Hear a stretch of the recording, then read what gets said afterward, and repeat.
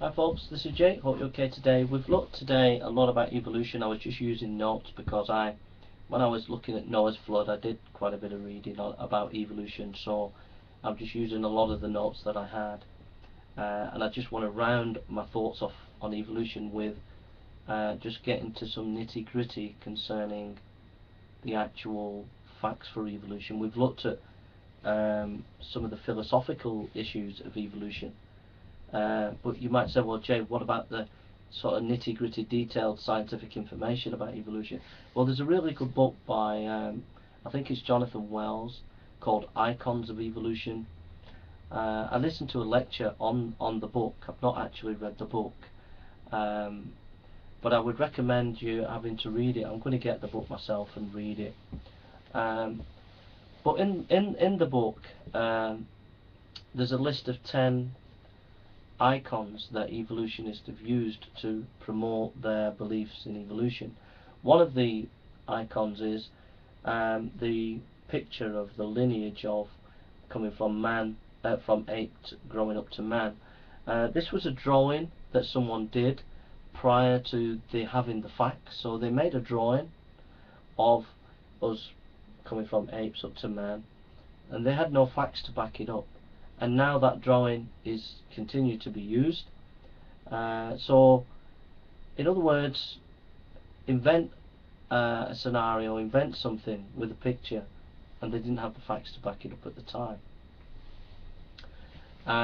Another example, and these are used in textbooks and put in textbooks often, and often these icons have been discredited. Another example is the peppered moth.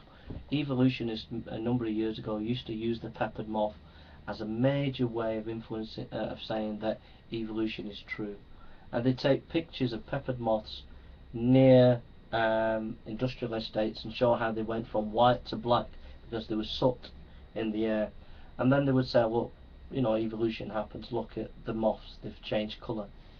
And they would take pictures of the moths on trees.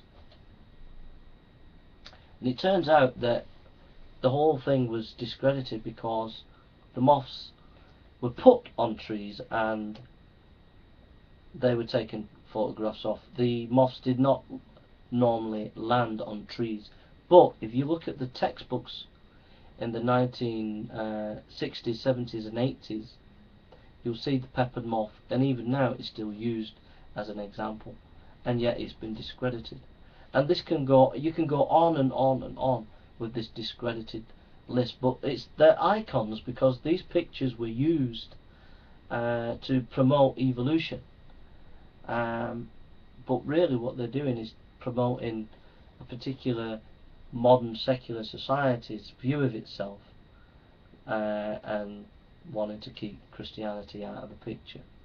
So I recommend you read the book. There's detailed information there, from what I gather from the lecture, that will open your eyes to see how a lot of these things the evolution have been saying have actually been discredited, and you'll be amazed at the information you find. Icons of Evolution by Jonathan Wells. Take care. Recommend the book. I'll put a link to it. Take care.